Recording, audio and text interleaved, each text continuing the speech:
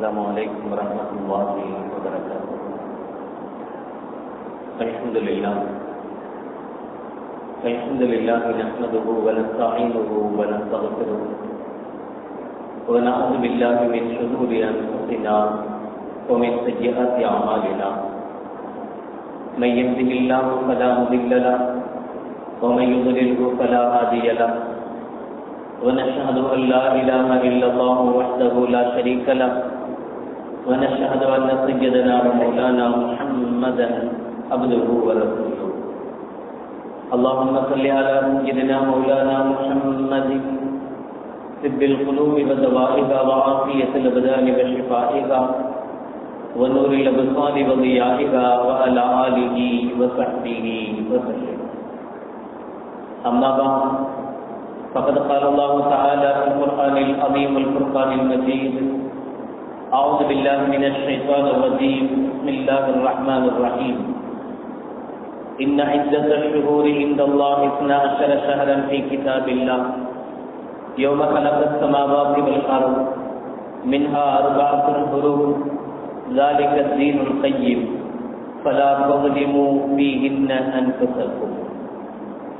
قال النبي صلى الله عليه وسلم: منها 4 حرم 3 متواليات ذو القعدة وذو الحجة والمحرم والرجب مضر الذي بين جمادى وشعبان أو كما قال عليه الصلاة والسلام. صدق الله العظيم وصدق رسوله النبي الكريم. سبحانك لا علم لنا إلا ما علمتنا إنك أنت العليم الحكيم. رب اشرح لي صدري ويسر لي أمري واحلل عقدة من لساني يفقهوا قولي. إن أريد إلا الإصلاح ما استطعت وما توفيقي إلا بالله. புகழனைத்தும் அல்லாஹ் ஒருவனுக்கே உரித்தாகட்டுமாக. ஸலாத் என்னும் கருணையும் சலாம் என்னும் ஈடேற்றமும் ஈருலக சர்தார் பெருமானார் ரசூலை கரீம் ஸல்லல்லாஹு அலைஹி வஸல்லம் அவர்கள் மீதும் அவர்களுடைய அடிச்சுவடுகளை கடுகளவும் பிசகாது வாழ்ந்து வந்த உத்தம சத்திய சஹாபாக்கள், தாபிஈன்கள், தபா தாபிஈன்கள், நபிமார்கள், வலிமார்கள், ஷஹீதுகள் மற்றும் நம் அனைவர்கள் மீதும் ஏனைய முஸ்லிம்கள் மீதும் என்றென்றும் நிலவட்டுமாக. ஆமீன். பிறகு பெருமதிப்பிற்குரிய பெரியோர்களே, அல்லாஹ்வின் நல்லடியார்களே, சூரத்து தௌபா 9வது அத்தியாயத்தில் 36வது வசனத்தில் அல்லாஹ் ஜல்லஷானஹு வ தஆலா சொல்வார்: இன்ன இத்தத்த ஷுஹூரி இன்தல்லாஹி 12 ஷஹரன் ஃபீ கிதாபில்லாஹ். ஒரு வருடத்தின் மாதங்கள் என்பது அல்லாஹ்விடத்தில் 12. யௌம கலகஸ் ஸமாவாத்தி வல் அர்த். இது அல்லாஹ் ஜல்லஷானஹு வ தஆலா எப்போது வான பூமியை படைத்தானோ அப்போதே முடிவு செய்யப்பட்டது. மின்ஹா 4 ஹுரும். அந்த 4 மாதங்களில் 12 மாதங்களில் 4 மாதங்கள் சிறப்புக்குரியவை. ذَلِكَ الدِّينُ الْقَيِّمُ. இதுதான் உறுதியான மார்க்கம். فَلَا تَظْلِمُوا فِيهِنَّ أَنفُسَكُمْ. இந்த மாதங்களில், இந்த கண்ணியம் வாய்ந்த சிறப்புக்குரிய இந்த மாதங்களில் உங்களுக்கு நீங்களே அநீதம் இழைத்துக் கொள்ள வேண்டாம் என்று அல்லாஹ் ஜல்லஷானஹு வ தஆலா அந்த ஆயத்தில் சுட்டிக்காட்டுவார். அநியாயம் செய்வதென்பது மற்றவர்களுக்கு என்பதை தாண்டி ஃபலா தظلموا فيهن أنفسكم, உங்களுக்கு நீங்களே அநியாயம் செய்து கொள்ள வேண்டாம் என்கிறான் அல்லாஹ். அது எப்படி? நாமளே அடிச்சுக்குவோமா? நமக்கு நாமளே அநியாயம் பண்ணுவோமா என்றால் இல்லை. அடுத்தவர்களுக்கு செய்கிற அநியாயம் நமக்கு செய்கிற அநியாயம் தான். நம்ம அடுத்தவர்களுக்கு என்னென்ன கஷ்டங்கள் கொடுக்கிறோமோ, அடுத்தவர்களை எப்படியெல்லாம் வதைக்கிறோமோ அத்துணைக்கும் உண்டான பாவத்தை நாம் தான் சுமக்க போகிறோம். அதற்கு உண்டான தண்டனை நமக்கு தான் கிடைக்க போகுது. அதனால அடுத்தவர்களுக்கு செய்கிற அநியாயங்கள், அடுத்தவர்களுக்கு செய்கிற அநீதங்கள், இவைகள் எல்லாம் நமக்கு நாமே செய்கிற அநீதங்கள் என்பதை சுட்டிக்காட்டி அல்லாஹ் சொல்கிறார், நீங்கள் இந்த குறிப்பிட்ட மாதங்களில் அடுத்தவர்களை நோயினை செய்ய வேண்டாம், அடுத்தவர்களை நீங்கள் அநியாயம் செய்ய வேண்டாம் என்பதை தாண்டி உங்களுக்கு நீங்களே அநீதி விளைத்துக் கொள்ள வேண்டாம் என்று அல்லாஹ் ஜல்லஷானஹு வ தஆலா சொல்வார். கண்மணி நாயகம் ஸல்லல்லாஹு அலைஹி வஸல்லம் அவர்கள் இந்த 4 மாதங்கள் குறித்து சொல்கிற போது நபிகள் பெருமானார் ஸல்லல்லாஹு அலைஹி வஸல்லம் அவர்கள் ஹஜ்ஜத்துல் வதாவில் குறிப்பிட்ட விஷயத்தை அபூ பக்ரா ரலியல்லாஹு தஆலா அவர்கள் சொல்வார்கள். அன்னன் நபி ஸல்லல்லாஹு அலைஹி வஸல்லம் خطب في حجة الوداع وقال في خطبته நபிகள் நாயகம் ஸல்லல்லாஹு அலைஹி வஸல்லம் அவர்கள் தன்னுடைய ஒரே ஒரு ஹஜ்ஜாகிய அந்த ஹஜ்ஜத்துல் வதாவில் விடைபெறுகிற அந்த ஹஜ்ஜில் ஸல்லல்லாஹு அலைஹி வஸல்லம் அவர்கள் தங்களுடைய குத்பாவின் பிரசங்கத்தில் சொன்னார்கள். அன்ன ஸமான قد استدار كهيئة يوم خلق السماوات والارض السنة 12 شهرا. அல்லாஹ் ஜல்லல்லாஹு அலைஹி வஸல்லம் இந்த வானத்தையும் பூமியையும் அவன் விரும்பும் விதத்தில் சுத்த வைக்கிறார். வருடம் என்பது 12 மாதங்கள். மின்ஹா அர்பஅத்துல் ஹுரும், அதில் 4 மாதங்கள் கண்ணியமானவை. ஸலாசுன் முத்தவாலியாத்துன், அந்த 4ல் 3 மாதங்கள் தொடர்படியாக வரக்கூடிய துல்காதா, துல்ஹிஜ்ஜா, முஹர்ரம். இந்த 3ம் அடுத்தடுத்து வருகிற மாதங்கள்.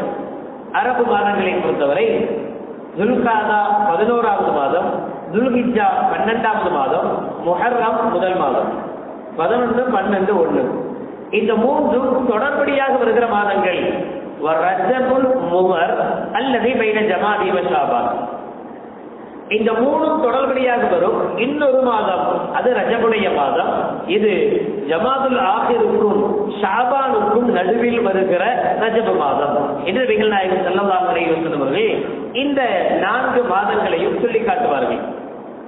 இந்த 3 துல்காதா, துல்ஹிஜ்ஜா, முஹர்ரம் என்கிற 3ஐ தாண்டி ரஜபுக்கு இருக்கிற தனியாக வருகிற கிட்டத்தட்ட 5 மாதங்களை கடந்து வருகிற இந்த ரஜபுக்கு இருக்கிற முக்கியத்துவம் என்ன?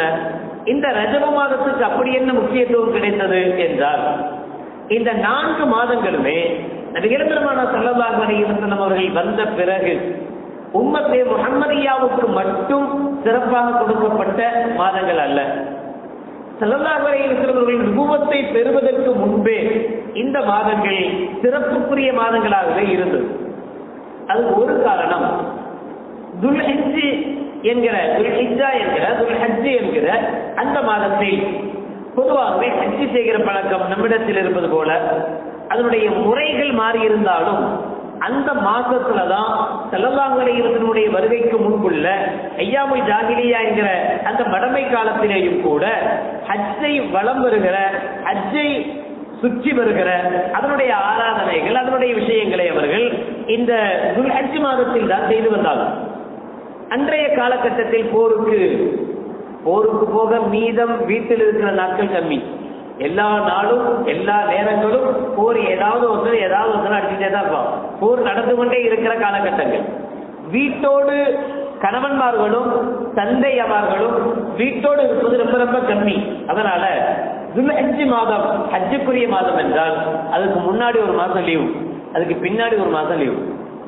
ஆக இந்த 3 மாசமும் தொடர்படியாக லீவுக்குரிய மாதங்கள், போர் நிறுத்த நடவடிக்கைகள் அமலில் இருக்கிற காலங்கள். இந்த காலத்துல யாரும் யாரையும் அடிக்க கூடாது.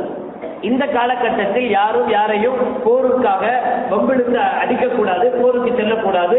போர் ஹராமாக்கப்பட்ட காலங்கள். போர் மட்டுமல்ல, எந்த அநியாயமும் நடைபெறாத காலங்கள், யாரும் யாருக்கும் எந்த அநீதமும் செய்யப்படக்கூடாத காலங்கள் என்று இந்த 3 மாதங்களையும் ஒதுக்கி வச்சிருந்தாங்க. அதுக்காவது காரணம் இருந்தது. துல்ஹஜ் என்கிற அந்த மாதம் இருக்கிறது, அந்த மாதத்துக்கு முன்னாடி 1 பின்னாடி 1 என்கிற நடைமுறை. ரஜப் ஏன் சம்பந்தம் இல்லாம அதோட போய் சேர்ந்தது? இந்த 4 மாதங்களில் ஒற்றைப்படியாக தனியாக நிற்கக்கூடிய ரஜப மாதம் ஏன் அங்க போய் சேர்ந்துச்சு என்றால், இவங்க இந்த 3 மாசம் விட்டு மீதம் இருக்கக்கூடிய 9 மாசங்கள் தொடர்படியான போர், தொடர்படியான பிரச்சனைகள், வீட்டுக்கு வர முடியாத சூழல்கள். எனவே இடையில கொஞ்சம் ரிஸ்க் தேவைப்பட்டுச்சு. அதனால இடைப்பட்டு இருக்கக்கூடிய ரஜப மாதத்தை, நடுவில் வரக்கூடிய ரஜப மாதத்தையும் அவர்கள் சங்கைக்குரிய மாதமாக தேர்ந்தெடுத்தாங்க. அந்த காலகட்டத்திலேயே இந்த 1 மாச காலம் என்ன செய்வாங்க? புகாரியில் ஒரு ஹதீஸ் இடம்பெற்றிருக்கும். அபூ ஹுரைரா ரலியல்லாஹு தஆலா அவர்கள் அறிவிக்கிறார்கள், அந்த ஐயாமுல் ஜாஹிலியாவில் ஸல்லல்லாஹு அலைஹி வஸல்லம் வருகைக்கு முன்பு ரஜபுடைய மாதத்தில் அவங்க என்ன செய்வாங்களாம், இந்த போர்க்காலங்களில் போக வீட்டுக்கு திரும்புகிற, ரஜப மாசம் வரப்போகுது அப்படின்னா வீட்டுக்கு வரப்போறாரு அப்படின்னு அர்த்தம். வீட்டுக்கு வருகிற இந்த காலகட்டத்தில் போரில் இருந்து கடைசியாக எந்த கல் கிடைக்கிறதோ, பெரிய கல்லா கடைசியாக எந்த கல்லு பெரிய கல்லா கிடைக்குதோ அதுதான் தெய்வம். அது ஏதோ ஒரு பெரிய அதிசயம் வாய்ந்த ஒரு கல்லுன்னு அர்த்தம். அந்த அதிசயம் வாய்ந்த கல்லை ஊருக்கு கொண்டு வருவாங்க. ஊருக்கு கொண்டு வந்து வீட்டுல அந்த கல்லை வச்சு அதுக்கு ஆராதனை செய்து அதை பூஜை செய்து அதை வணங்குவாங்க. ஒரு மாசம் ஜாலியா இருக்கணுமா இல்லையா குடும்பத்தோட, அதுக்காக. அது அந்த ஹதீஸ்லயும் இருக்கிறது. ஒருவேளை கல்லு கிடைக்கலன்னா, கடைசி கல்லுன்னு ஒரு கல்லு கிடைக்கலன்னா என்ன செய்வாங்களாம், மண்ணை குவித்து வைத்து அதுல பாலை ஊற்றி பாலின் மூலமாக அந்த மண்ணை பாடம் பண்ணி அதிலிருந்து ஒரு உருவத்தை செய்து அந்த உருவத்தை வழங்கக்கூடிய வழக்கமாக இந்த ஒரு மாத காலமும் கூட போர் நிறுத்த நடவடிக்கைக்குரிய மாதமாக, சந்தோஷத்துக்குரிய மாதமாக, குடும்பத்தோடு சந்தோஷமாக இருக்கக்கூடிய மாதமாக அந்த காலகட்டத்தில் கொண்டு வந்ததை இஸ்லாம் அப்படியே அங்கீகரித்தது. அப்படியேன்னா அவங்க செஞ்ச மாதிரி இல்லை, கொஞ்சம் வித்தியாசத்தோடு. இந்த 4 மாதங்களும் சங்கைக்குரிய மாதங்கள் என்பதை அங்கீகரித்த இஸ்லாம் அதில் செய்த அனாச்சாரங்களை அனாச்சாரம் சொல்லி அதில் என்னென்ன நடவடிக்கைகள் செய்தார்களோ அதை ஒதுக்கிட்டு என்ன செய்யணும் என்பதை மார்க்கம் நமக்கு கற்றுத்தந்தது. அப்போ அபூ ஹுரைரா ரலியல்லாஹு தஆலா அவர்கள் அறிவிக்கிற அந்த ஹதீஸின்படி ஆரம்ப காலகட்டத்திலிருந்தே இதை அவர்கள் சிறப்புப்படுத்தினார்கள். ரஜபு என்றாலே அல்மத், கண்ணியம் என்பதுதான் பொருள். ரஜபு மாதம்னா கண்ணியப்படுத்தப்பட்ட மாதம். இந்த கண்ணியப்படுத்தப்பட்ட மாதத்துல அல்லாஹ் சொல்கிறார், ஃபலா தஸலிமு ஃபீஹின்ன அன்ஃபுஸக்கும், உங்களுக்கு நீங்கள் அநியாயம் செய்து கொள்ளாதீர்கள். அப்படின்னா யாருக்கும் அநியாயம் பண்ணாதீங்க.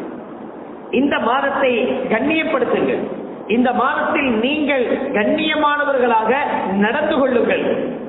பொதுவாகவே அல்லாஹ் ஜல்லல்லாஹு அலைஹி வஸல்லம் எல்லாத்தையும் மனுஷனா, நாமெல்லாம் மனிதர்கள் தான் என்றாலும் கூட, எல்லாரும் மனுஷன் தானே என்னாலும் எல்லா மனுஷனும் ஒரே மனுஷன் அல்ல. அல்லாஹ்வுடைய பார்வையிலேயும் கூட, அல்லாஹ்வுடைய பார்வையிலேயும் கூட எல்லா மனுஷனும் ஒரே மனுஷன் அல்ல. எல்லாருக்கும் 6 அறிவு இருக்கு அப்படின்னா ஒருத்தர் சிந்திக்கிற மாதிரி இன்னொருத்தர் சிந்திக்க முடியலையே. அது என்ன காரணம்? எல்லாத்துக்கும் 6 அறிவு தான் இருக்குன்னு சொல்லிக்கிறோம். சில சமயங்கள்ல நம்மளை பார்த்து கேட்கிறாங்க, 6வது அறிவு இருக்கா உங்களுக்கு? இருந்தா இப்படி நடந்திருக்க மாட்டீங்களே, இருந்தா இப்படி செய்ய மாட்டீங்களே, அது வேலை செய்யலையா? அப்ப எல்லா 6 அறிவும் ஒரே மாதிரி பயன்படுறது இல்லை. எல்லா மனிதர்களும் ஒரே மாதிரியானவர்கள் அல்ல. எல்லா காலமும் ஒரே மாதிரியான காலங்கள் அல்ல. ஏன் ரசூல்மார்களிலேயும் கூட, நபிமார்களிலேயும் கூட அல்லாஹ் சொன்னான், தில்க ருசுலு ஃபல்லல்னா பாதுஹும் அலா பாத், நபிமார்களில் கூட சிலரை விட சிலரை நாம் சிறப்புப்படுத்தி இருக்கிறோம். எல்லோரும் அல்லாஹ்விடத்தில் ஒரே மாதிரியானவர்கள் அல்ல. அதே போல ரஜபு என்பது அல்லாஹ்விடத்தில் கண்ணியப்படுத்தப்பட்ட மார்க்கமாக இருக்கிறது.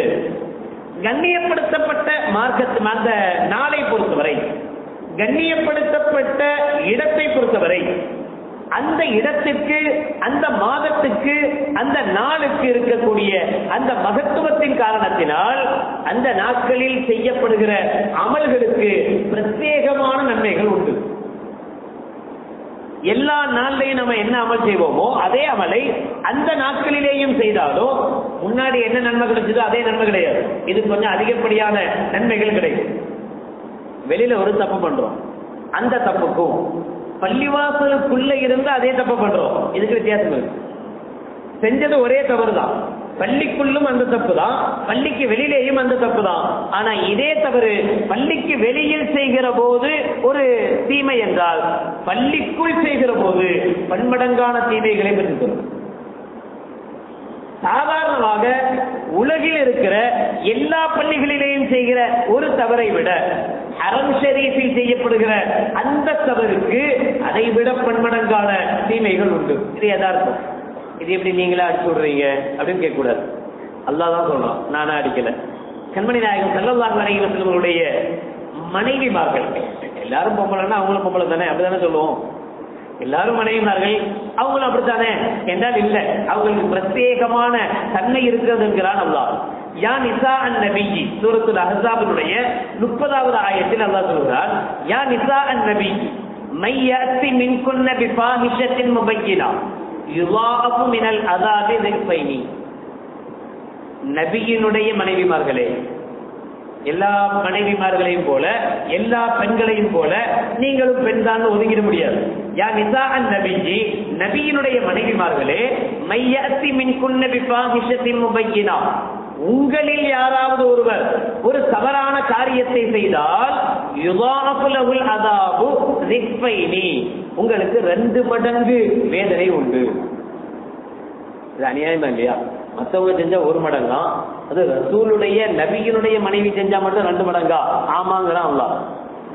ஏன் எப்ப அவர்களுடைய கண்ணியம் கூடுகிறதோ, எப்ப அவர்கள் கண்ணியமானவர்களாக இருக்கிறார்களோ, அவர்களிடமிருந்து ஒரு தவறு ஏற்படுகிற போது, ஒரு தப்பு ஏற்படுகிற போது அது அதிகப்படியான தவறோடு பார்க்கப்படும். அதனால தானே மற்றவங்க செய்யற தப்புக்கும் அதற்கு நீங்க செய்யலாமா அப்படின்னு கேட்கறமா இல்லையா? அதுக்கு என்ன காரணம்? நீங்க கண்ணியமா இருக்கிறீங்களா இல்லையா? அந்த கண்ணியத்தை பாதுகாக்கணுமா இல்லையா? எவனோ ஒருத்தன் தப்பு செஞ்ச, உலகத்துல யாருமே தப்பு செய்யலையா? செய்யலாம். எல்லாரும் நீனும் ஒண்ணா. உனக்குன்னு ஒரு கண்ணியம் இருக்குல்ல, உனக்குன்னு ஒரு மரியாதை இருக்குல்ல, அந்த மரியாதையோடு கண்ணியத்தோடு நீ செய்கிற போது அது பன்மடங்கான தவறாக கணிக்கப்படும்.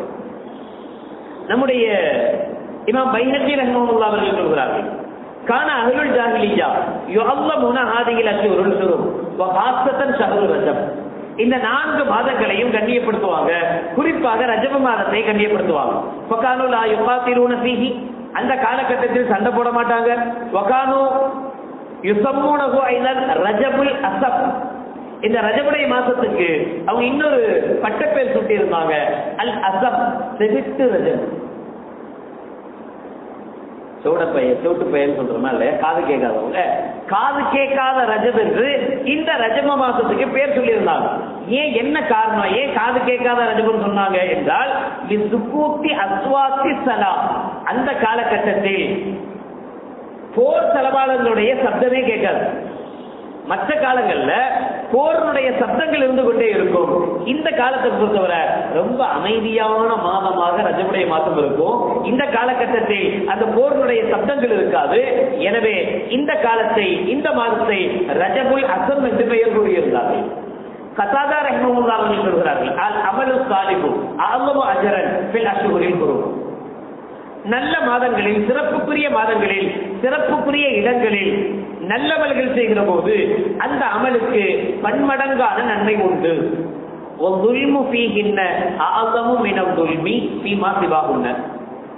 அதே போல எப்படி நன்மை அதிகமாக கிடைக்குதோ, அதே போல அந்த சிறப்பான இடங்களில் அநியாயம் செய்கிற போது, தவறு செய்கிற போது அந்த தவறும் அந்த அநியாயமும் பன்மடங்காகவே பார்க்கப்படும்.